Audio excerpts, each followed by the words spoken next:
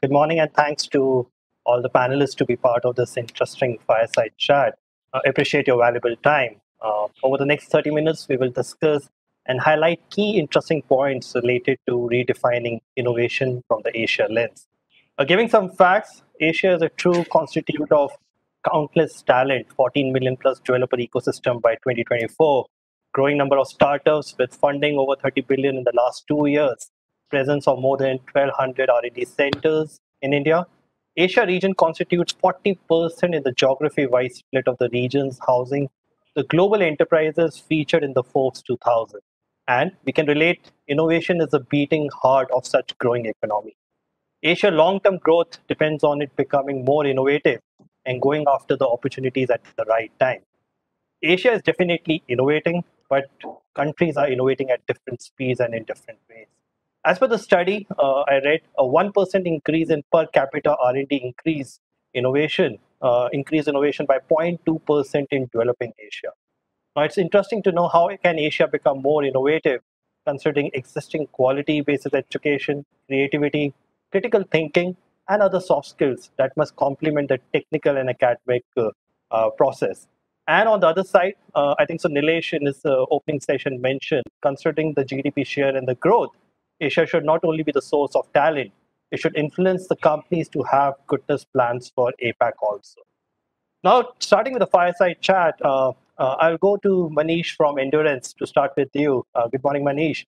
And if you look at the current scenario, and I see that a lot of developments are happening because of the COVID also, according to you, what are the motivations or the opportunities for software services enterprises in Asia to cater to both the domestic and the global enterprises in terms of the innovation? It would be good to hear your thoughts. Yeah. Hi, Rajat. Good morning, everyone. Rajat, the way I think about this is, when you look at product and software, or rather, I'll take a step back, is India has always been very big in software and services. And increasingly now you're starting seeing, at least for domestic innovation, a lot more pure product development, right? So when you think about product and software development for the domestic markets, we heard a lot about the startup ecosystem, but just right now, it seems like a perfect storm because you've got 4G, you've got 5G coming up, you've got literally whether it's all the public cloud players have cloud regions now in India. You also have a large number of internet applications being developed in the country thanks to a lot of Chinese apps being blocked. So if we just look at just the innovation happening for India across access, across the infrastructure, and across internet applications. And when I say applications, I mean content, communications, commerce, and community across the board. There's just a lot that's happening, right? Combined with that, when you look at the need for small business, particularly to come online in India and do a lot more e-commerce, you're going to see, and you're starting to see, at least for internet companies like mine, a lot of innovation happening in the space, a lot of adoption of new technologies.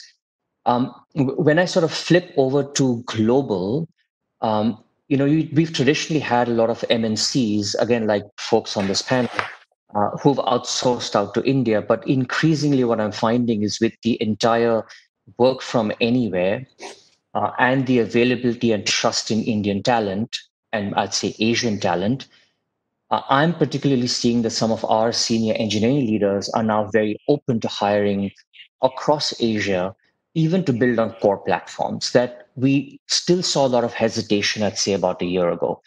So I'll stop there. But whether it's MNCs allowing innovation on core platforms out of India, not just for Asia, but for the US, as well as domestic market innovation happening in areas like internet, healthcare, tech, etc. It's a very interesting time right now. Interesting. Yeah, Manish, I agree to that. A lot of innovations are taking place, a lot of developments are happening. But now, if I move to the other industry, to Jaya, to you, while globally you were in stress because of the travel industry is going down, But at the same time, how are you becoming anti-fragile? The theme of this conference, that how are you becoming anti-fragile? What are the mechanisms that you are putting in place to use the opportunity and the time to think of innovation? How are we viewing this opportunity going forward and the level of readiness for the same?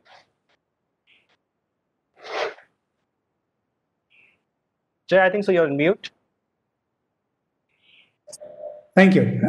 Thank you, Rajat. As you mentioned, it is very important to be anti-fragile in these times, given that the pandemic has hit us. The way our company went about doing it was to take charge of the situation. We totally took control of the crisis rather than letting it direct us. And then what we did was we approached the capital markets, financial markets, to make sure that we were financially strong to navigate the crisis. We took swift decisions on shoring up our finances, taking austerity measures, and so on. Most importantly, we already had built the technology backbone or the technology infrastructure for our people to go and be able to work from home. And that actually served us in good stead, because overnight we went from working in the office to everybody working from home. So in some sense, the infrastructure backbone had already been built to be anti-fragile. What was required was for the company to reorient itself, the employees to reorient themselves, and reorient the processes to continue the momentum on the work that was already going on.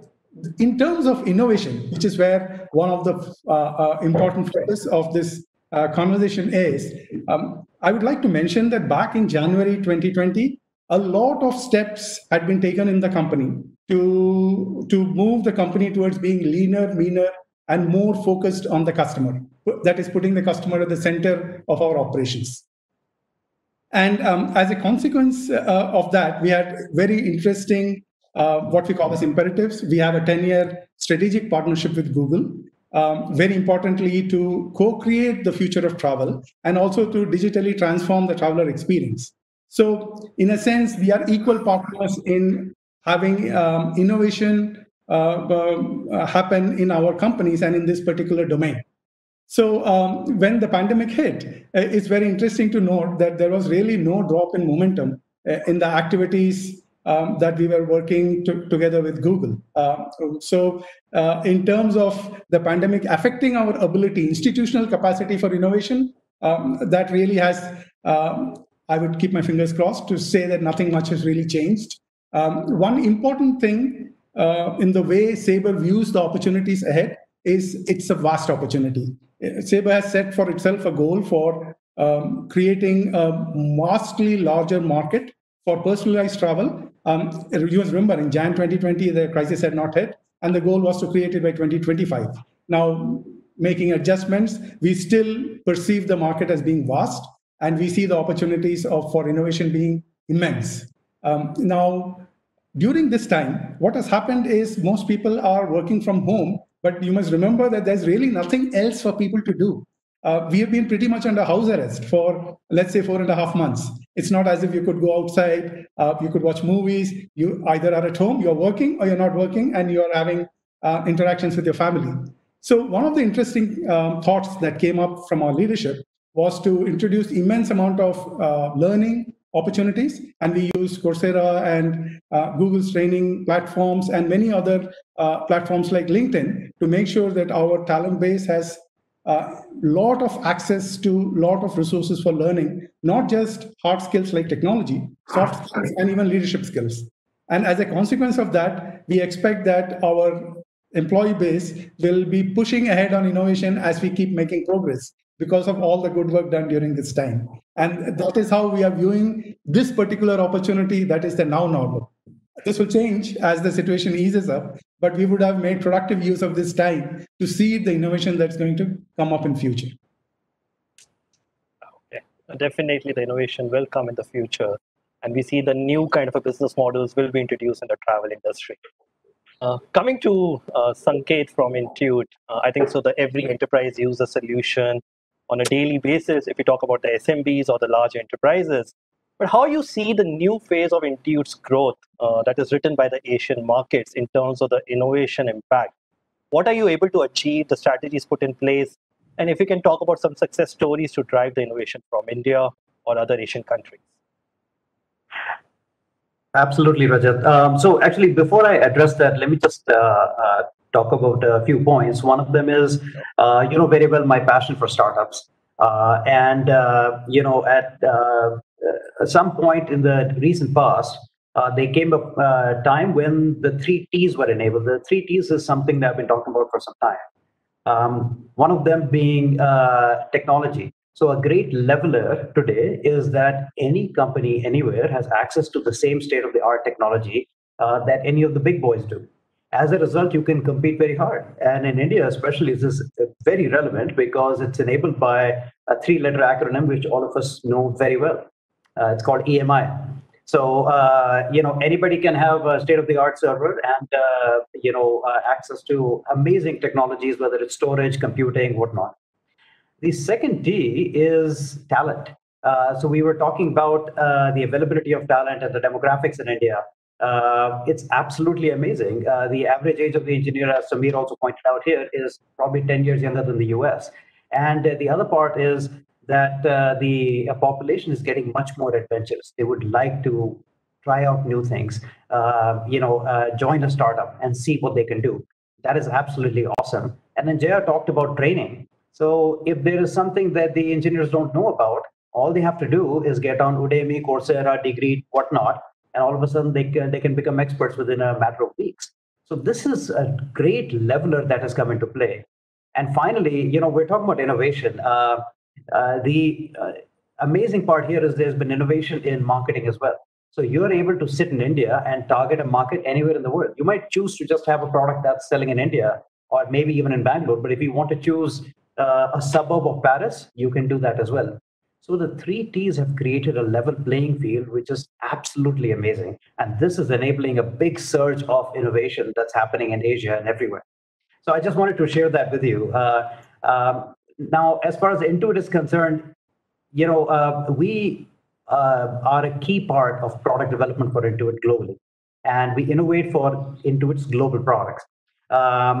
And there are several products that have been completely executed out of India and today are a significant part of Intuit's revenue from scratch within a year or two. So it's been an amazing journey. I'll share you one technology that we're you know, quite excited in having a discussion about because everybody loves AI nowadays. AI and ML is one of those things that everybody likes to mention. Now at Intuit, what we do is we don't talk about technology for the sake of technology's sake. We talk about technology in how it serves the customer because we're a very customer-centric company. Now, one of the biggest products we have in the US is something called TurboTax. TurboTax is a tax filing software, the most popular one for individuals. Now, every year there are revisions made to the tax code, and the tax code in the US, it's like tens of thousands of pages long. So being able to convert that tax code and deliver a product in time that actually helps you, Rajat, to file your taxes in the US is a daunting task. And if you can very well imagine, if you hire like, you know, hundreds and hundreds of people to read them and codify them, etc., it's an incredibly difficult thing to achieve, whether it's on a coordination basis or a time basis. But what we have done is taken advantage of technology called knowledge engineering and of course ML to be able to extract information from these rules that are codified in the, you know, big books that the tax organization releases in the US IRS and convert them to actual working code that results in you getting a much, much better experience when you use TurboTax. So not only does it convert the regulations into code that allows TurboTax to be compliant, but it also understands, based on your history, Rajat, which of the rules allow you to have perhaps a better tax saving, how do you file your taxes, etc. So when you come in with very little information, all of a sudden, TurboTax renders your tax filing laid out for you, and you are amazed how it happened. But fundamentally, it's the uses of technology, and this particular innovation is something that's making everybody's lives easier. And just another example of some of the great innovations that we're powering right out. Interesting. I think so. US and India behaves a little different in terms of the customers, how they think of. I think so. India is still a jugaad market, but over there it's more process oriented in the US. And I'm sure the innovation plays a very important role to cater to different set of the customer segments. Coming to Manish from American Towers, I think so the telecom industry is in news for the last couple of weeks. If you talk about the Geos kind of example, and I'm sure that is resulting into the business boom for your company also. I would ask you, like, what makes Asia different from the rest of the world when we talk about the innovation? What are the lessons other regions can learn from Asia's innovation? Rajat, thank you. I hope you can hear. Yes, we can hear you. Rajat, I think you are absolutely right. Asia is definitely different than the rest of the world. And it will continue to be so because the drivers for innovation are significantly different in Asia than the Western countries. I mean, in order to understand what makes Asia different, we first need to understand that in Asia, each country is unique. We have India and China, which are close to 1.3 billion population each, right? People each. And then we have Singapore and New Zealand, which are close to 5 million population. Most of the Asian countries have a very young population, but then we also have Japan, where aging is a major concern, even Singapore for that matter. So, when there are so many variations in demand because of the demographics, Asia's innovation must also be innovative. I typically classify, Asia under three buckets, developed Asia, developing Asia, and underdeveloped Asia. But for our purpose today, let's just focus on the first two, the developed and developing, right? Countries like Australia, Japan, Korea, Singapore falls under developed bucket, and Indonesia, Philippines, Vietnam, are still India, we are still developing. The innovation that takes place, in the developed countries of Asia is very much in alignment with the Western and is primarily technology driven, right? So whether you look at Taiwan, for example, which is leading the from a semicon point of view, South Korea on the consumer electronics side, and things involving IoT, AI, as Sanket was talking about, and the next generation lithium-ion batteries and energy storage and whatnot. And for me, closer to home, with Singapore spearheading smart nation-related innovation, drones, cybersecurity, gaming. But let me also take another very cool futuristic example of innovation, which is on the 6G radio side, which is touching, which is happening in Singapore and very close to the field which I am in. We here at ATC, for example, are supporting a deep tech startup, which is working on an R&D project to design and develop next generation metasurface antennas. This, basically new innovative product will be accomplished through merging of two disruptive technologies, wideband electromagnetic metasurfaces and 2D, 3D nanoprinting technology. So advanced, affordable, and high throughput manufacturing of metasurface antennas can be realized, via this innovation, which would be very, very critical for the 6G wireless systems, and also in other emerging applications in the aerospace area, in the automotive industries area, because all these operate in the millimeter wave band space. But now let's switch gear to the developing nations. That's a different set of countries and different set of problems and different ways of innovation. So innovation there is often led by ecosystem, and it happens at the application level. They always keep the bigger mass of the population in mind and the economies of scale while doing something. So, how can I develop something that impacts millions of people? The benefit starts from today, not tomorrow. And it is affordable. It is available at the most economical price, right? And very importantly, if I'm doing all this innovation, will my company be still profitable? So that's the mantra of innovation in this part of the world. And I'll take some examples to point what I'm trying to address here. In India, we can talk about Reliance Jio, right, on the telecom front. I mean, you all are fully aware of how disruptive they have. They are emerging as a truly digital company of Asia in India, right? But I guess who knows, someday they may decide to enter Asia as well. Gojek in Indonesia, right? An on-demand multi-service platform and digital payment technology group. It's the first Indonesian unicorn company and country's decacorn company, serving close to 170 million users throughout ASEAN.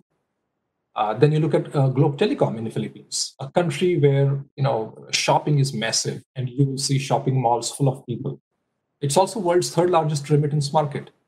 Mobile money has gained a lot of traction there. Online selling became a new way to transact for millions, and thanks to COVID again there. Globe Telecom's GKF usage soared 700% in May, versus this year ago. So if you look at the above examples that I shared, the examples that I'm sort of talking about, which are primarily touching the ICT and digitization aspects, you will notice that the key drivers leading innovation in Asia are young population, their love for being connected all the time and doing everything online, hunger for better, cheaper and a localized solution. Where else will you get 200, 300 GB of data for less than $10? And I remember, I think even Samir was talking earlier in his, from Cisco, Rajat, when I was with Motorola, back in 2000, we used to say that if you can sell something in India and make profit, you can be profitable elsewhere in the world. And it's true even today, right? So this persistence for a low-cost, full-featured solution drives innovation at a very different level in Asia. And the last point I want to touch is on the financial inclusion part, which is imperative to the growth of financial innovation across Asia Pacific. So to sum up my answer, the lessons that one can learn from Asia to be successful are, one, innovate to touch the young hearts of Asia, innovate to make things cheaper, faster, and with a local flavor. And lastly, innovate so that it reaches the end user digitally and secure. Got it. I think so. That is an important point. The rapid economic growth is resulting into more and more innovation. Manish, taking that point, like Manish from Endurance, I put it to you as what Manish from American Towers mentioned. The region's past few decades of rapid economic growth have largely been driven by its ability to become the factory of the world. Size, the growing purchasing power, and evolving needs of these markets will strongly influence the innovation direction of various industries. What is your viewpoint on any key drivers that will drive future innovations in Asia for this rapid economic growth? Yeah, so look, we've talked a lot about product and software and services. We talked the fact that technology is a leveler, there is market demand, etc. But I think the other key driver that I'm seeing, and this goes back to what I initially said about the perfect storm, is that there's a little bit of anti-China sentiment out there, right? And so if you think about the factory of the world, it's really China as the factory of the world. We talk about manufacturing in Asia, but look, it's all China, or it's majority China, right? So we keep using the word Asia, but the reality is the other markets of Asia are much, much smaller compared to China. But the factory of the world concept is interesting, particularly from a manufacturing perspective. We've talked about software already, and I'll explain why. So what does the anti-China rhetoric say right now is that majority of US companies and even North Asia companies want to move manufacturing out of China. Where will they move it out of China? Where they'll move it out of China, the surveys show is markets like Vietnam, Thailand, Indonesia, maybe India, right? But what's very important for these tier 2 manufacturing markets is to become really self-reliant in manufacturing, which perhaps means they may have to vertically integrate, right? So take, for instance, we've been boasting that India is the second largest manufacturer of mobile phones. That's great, but we import mobile chipsets to put in those mobile phones, right? We assemble them completely, but we import chipsets. So when you think about innovation and vertical integration on all those elements of the production and supply chain, that becomes very important if we really want to become a quote unquote manufacturing powerhouse, not just for India, but for any of these other markets for domestic or global consumption, right? So we didn't talk a bit about manufacturing, so I wanted to bring that up, Rajat. Is manufacturing is also it's a pretty big area of potential innovation that all of these countries need to look at, and not just software and services. So I think that's another part of the market trend is this whole anti-China sentiment. People want to produce elsewhere in addition to technology and capabilities happening. So building out the infrastructure is going to be fairly critical, I think. Got it. I think so. The vertical integration is an important point that you mentioned. Putting that word to Sanket from Intuit, like innovation could be disruptive or incremental. And Asia's past and current innovative trends have relied more on incremental innovations, typically involving performance improvement of established products. I think so. What Manish is also saying for the mainstream markets. would it be correct to state that it is changing, and how we are thinking to redefine innovation? Yes, yes, Rajat. I believe it is changing. But before that, I would like to say that we should not classify innovation or create a class structure in innovation. This is incremental, this is disruptive.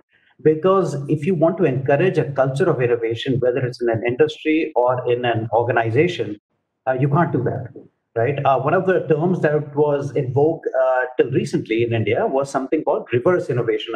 You might remember that, heavily used in Zinnov publications earlier as well. Now, reverse innovation, we all understand what it is, but somehow when you take a look at it, it promotes a culture of subservience. That yes, there's innovation that has happened and we have refined it for our Indian needs or whatever it is. But that is innovation too. So we cannot, kind of create this class structure, because otherwise we are putting down innovation. I'll tell you, one of the strategies we follow in our organization is something called CDI, D for D. Okay, I'll just very briefly touch upon that to make my point. So CDI is customer-driven innovation, where it, basically you define the what it is you're trying to do. Okay, so you look at your customer and you figure out what are the pain points, and then you take a look at, as an entity, what are the pain points out of those that you can address, and finally you take a look at which of those pain points that you can address is going to cause you to have significant hold in the market. The intersection of these three determines the what.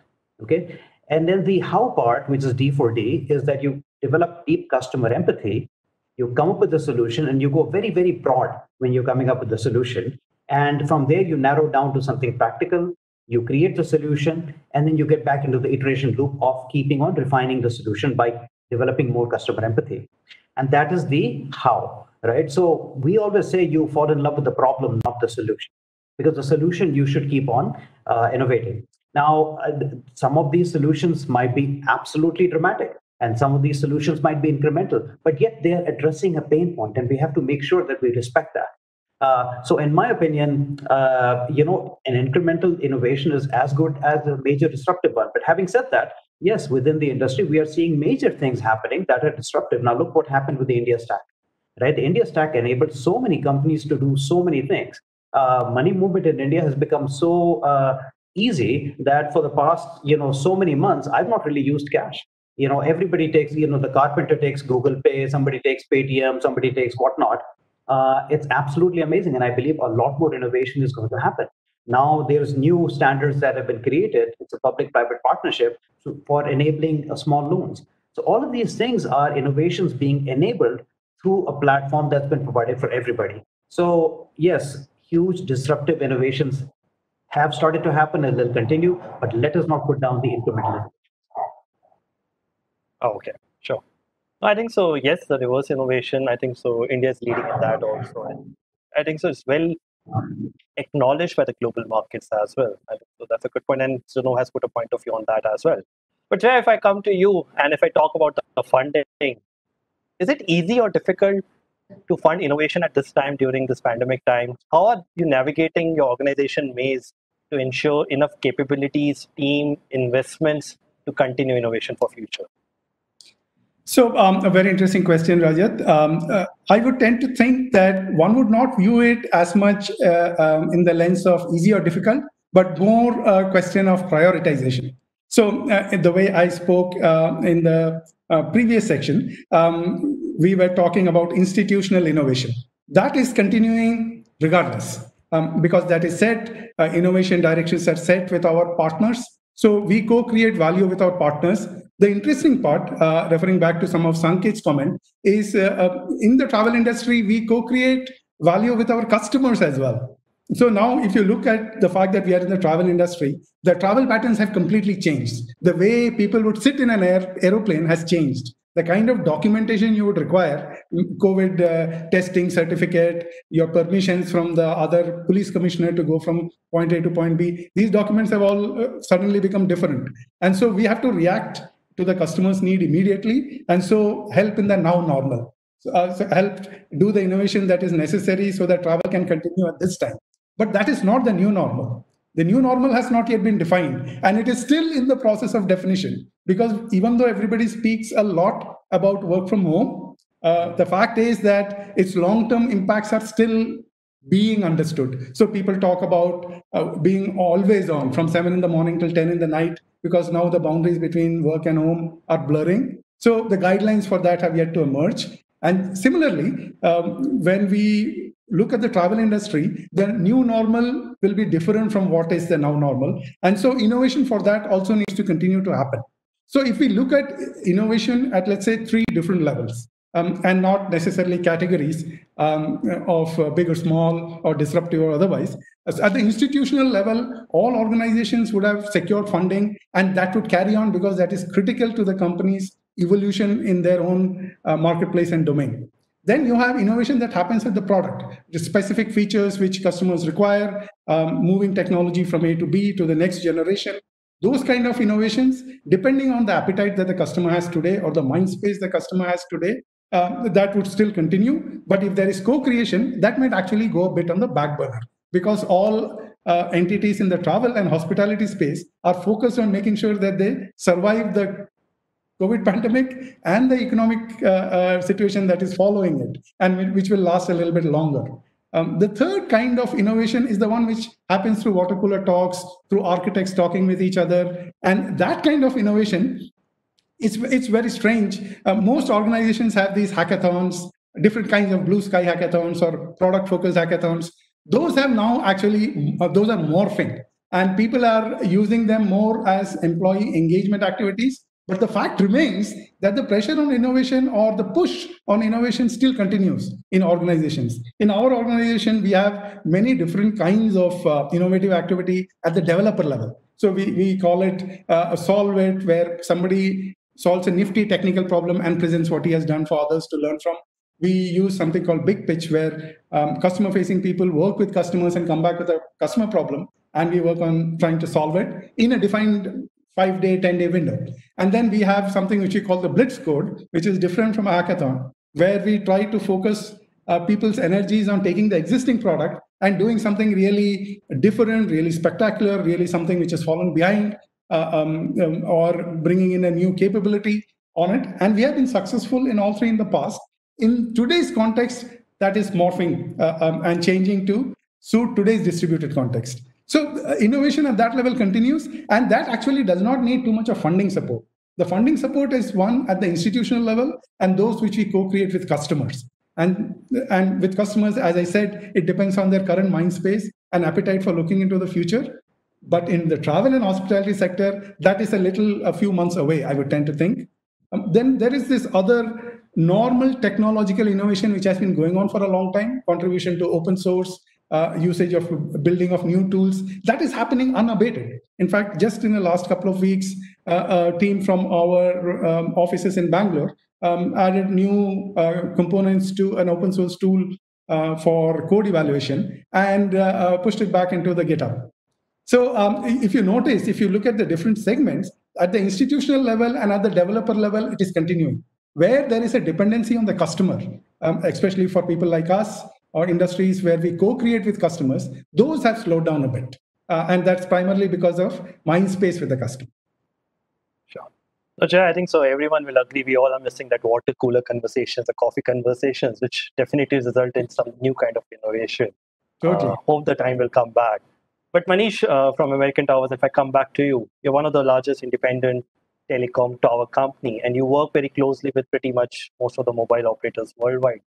Where do you see your industry heading over the next 5 years? And what is the role of innovation in this overall growth strategy? If you can quickly talk about that. Sure.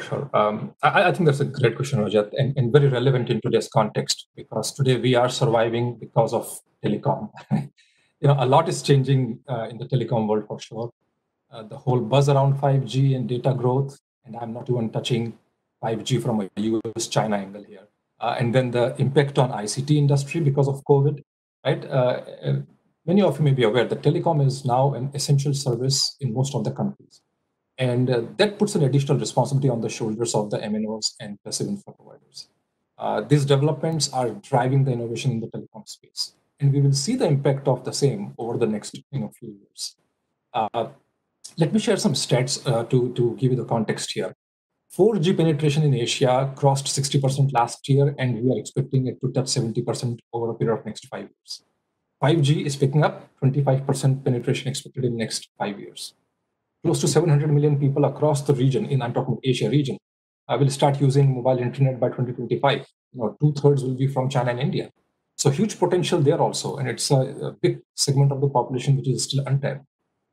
And one of my favorite ones, mobile data consumption. I mean, we all remember in India, we were using a 1 GB per month type of thing at the max. Today, we are consuming around 10 GB. I'm talking again from Asia perspective, 10 GB per month today, which is heading towards 29 GB, 30 GB over the next 5-year period, right?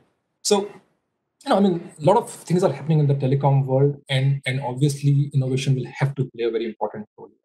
I'll share 5-6 key areas where a lot of innovation is taking place and quickly touch on everyone. So the first one is energy efficiency. If you look at 5G antennas, as per the current vendor specs that are available out in the market and who we are talking to, these antennas will consume 3 times the energy of an LTE or a 4G antenna. And if you're deploying both 4G and 5G radios on a tower, the total energy consumption will jump by at least 70%. So, something needs to be done on the energy front. Otherwise, it's too difficult to survive there, and also the costs will increase dramatically. Talking about the co-creation and how our customers drive a lot of innovation. I'll give you an example of Myanmar. Although we are not in Myanmar, but our industry, is very much there. And in Myanmar, because of power availability, you have to survive on diesel generators in the nighttime. So, DGs are running at every tower site. In the nighttime, they just create a lot of noise. Now, when the villagers and people who sleep there, when they came to know about it, they started creating a big ruckus about it. They said, hey, look, guys, we're not able to sleep. It is affecting our life. So, innovation took place, and basically companies came up with silent DGs or noise-free DGs, So that's one example. Second is tower design, okay? Number of tenants, radio equipments, even regulatory policies are impacting tower design. Sharing was not possible earlier. Each operator used to have their own, towers, and the design was different. Today, sharing is taking place a lot more. It's talk of the town now. In most of the Asian countries. So there's an impact on engineering design of the tower. How can you have, let's say 3 or 4 tenants? And then in countries like Philippines, you need to support wind speeds of 320 kilometers per hour. It just requires a lot of innovation and out of the box thinking. Smart poles. When we do 5G rollout in the coming years, tower densification would happen because of the higher frequency bands that 5G operates in. So, we have to look at smart poles. I'm sure there are many innovations that you can talk about, but these are the interesting ones. And I'll come back to you. But Manish from Endurance, there is an interesting question on the chat, and I thought I'll put it to you. Innovation within a company can be driven by different players. It could be your own employees, it could be the startups that you're incubating, or it could be your partners also. And during such a crisis that is happening, how do you prioritize which one to pursue and which to let go if needed? Yes, I think we talked a lot about customer-inspired innovation, and I think right now that's the priority, right? Is customer-inspired innovation, because as you start seeing a lot of customers, at least for us in the internet business, and we serve web professionals and small business owners, as they come online for the first time, or at least bring their business online, you're starting to see a set of challenges that each one of them have, which you may not have designed for, right? So I think customers and customer-inspired innovation right now is probably the most critical, because there are lots of these nuances and cases that you see in different markets, which are not your traditional, example. Here's a website builder, go build a website, right?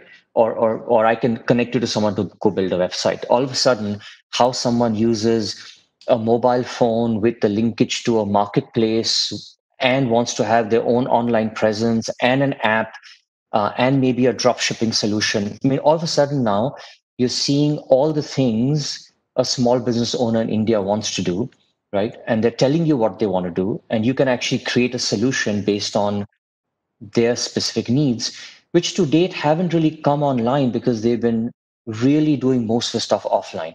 All they do online is WhatsApp, right? And I'm talking about the majority of small business owners in India. So So I'd say customer-inspired innovation for today's needs in this environment, I think, is fairly critical. So that's what I would go with in terms of our focus area. The second thing I'd say is we have a lot of channel partners, web professionals or resellers of our products. And what we find is that very often we and many companies like us don't touch small business owners across India. But these channel partners and web professionals touch them in literally every town in India. And there's like over 2 lakh of them on a platform, right? And so what we then find is getting inputs from those web professionals on what their end customers need as they're coming online and using all these online services. That becomes very interesting. So you talked about partner-led innovation, but it's more about these partners or resellers of ours actually telling us what customers in many internal parts of India are actually looking for and need and want, right? So that's how I would answer your question, Rajat. I think that's a great insight. And I quickly move to Sanket, and this is my personal question. Is innovation only limited to product, or you see some innovation on the business models also? Sanket, if you can quickly put your thoughts on that, I'll appreciate that. Absolutely. No, it definitely reaches all facets of an organization. So you can't just limit it to product itself. I'll give you just a couple of examples. Case in point with COVID, there are two areas that we're looking at. One, the HR organization, for example, right now has to become really innovative to figure out how best to structure, how best to affect the culture of the organization, to inculcate values on the new people coming in. How do you onboard people? That's a very, very tricky situation we're in right now. But I think all organizations are doing amazingly well in this. The other part, which is kind of a part technology, part business model, is we have a technology called Virtual Expert Platform, which is being enabled in products like TurboTax and our QuickBooks Online product, which allows you to connect with an expert virtually. Now, in this day and age of everybody being scared of somebody sneezing on them, that's especially important. But doing it in a very secure manner, in a manner that allows you to have a good confidence that your financial data is secure, yet you're connecting with somebody who's credible and can help you, is a huge, huge advantage. So I think it affects all facets. And just on a lighter note, another area that has called for a lot of innovation during this time is a lot of guys trying to cut their own hair at home, right? Even the people having much more follicles than me, right, have been trying to figure out how best to do that. And that itself is innovation. And you're looking very handsome, Rajat, and so that means it must be working. So I think we need to have a very broad mind about what innovation is. And I'm glad you chose this topic for today. Sure. Thanks, Sanket. Jaya, on the other day, Pari was mentioning during the modern workplace or the intelligent workplace, going forward, employee location while hiring the talent, whether employee location will matter for innovation team? So work from anywhere, as it's called now, which is different from work from home. And most people sometimes forget the nuance. You're right. It will heavily influence the composition of team, as some of the earlier speakers pointed out. But for innovation to happen, bright minds need to interact with each other very strongly. And so location might not be as important in most parts of the cycle. So if people are able to, today, for example, when we have innovative product discussions, people just fire up a meeting, they join the meeting, they have their discussions, they brainstorm, and they get on with the activity that they're doing. However, there are certain stages when you're actually fleshing out the details of a solution, when you actually need to come together. And it is seen to be far more efficient in ironing out kinks in the solution that you eventually come up with, to make it more robust. So those parts, I suspect, will still continue. So maybe the processes will evolve and change to allow people to work from anywhere, but at the right time be able to converge for short durations of the development cycle to come together and interact very closely, especially when they are fleshing out the details and perhaps at the time of release. The other implication of being from anywhere is people can actually set up their work environment any way they want. They don't need to have a Dilbert cubicle and be strongly guided by office guidelines on how office furniture should look. And that might actually, on a lighter note, really fire up their creative juices. As an example, the other part is when people are by themselves, what we have noticed is innovation has both the interaction requirement as well as work, think by themselves, reflect, sort of spend some amount of time trying to gather insights about the space. So I suspect that this might prove net positive for the whole innovation effort. It will allow both. You will be working from anywhere, and so therefore you have the reflection time, and you come back and work together to flesh out the solution. Got it. And this is the last question to Manish from American Towers, a unique question. What is a mantra or playbook to become a global innovation leader from Asia? If you summarize in a one-line statement, what will be the global mantra? I would say that you got to listen to your customer, and you know, I mean, it may sound that your customer is not talking sense, you know, in the initial, but you got to understand where he's coming from, right? And then you need to sort of localize it, think about it, you know, bring your own technological innovations into it. But at the same time, I think very important is you need to keep the money part in mind. You know, innovation does not mean things need to be expensive. So you have to make sure that the new product, new solution, new service is still, you know, I mean, economical and is affordable. I think those 2-3 things are very, very important. So this is great, and I think so. We overshoot the time, but thank you all for your valuable time for this discussion. Now I can say I'm a little more innovation expert. I can speak more about that.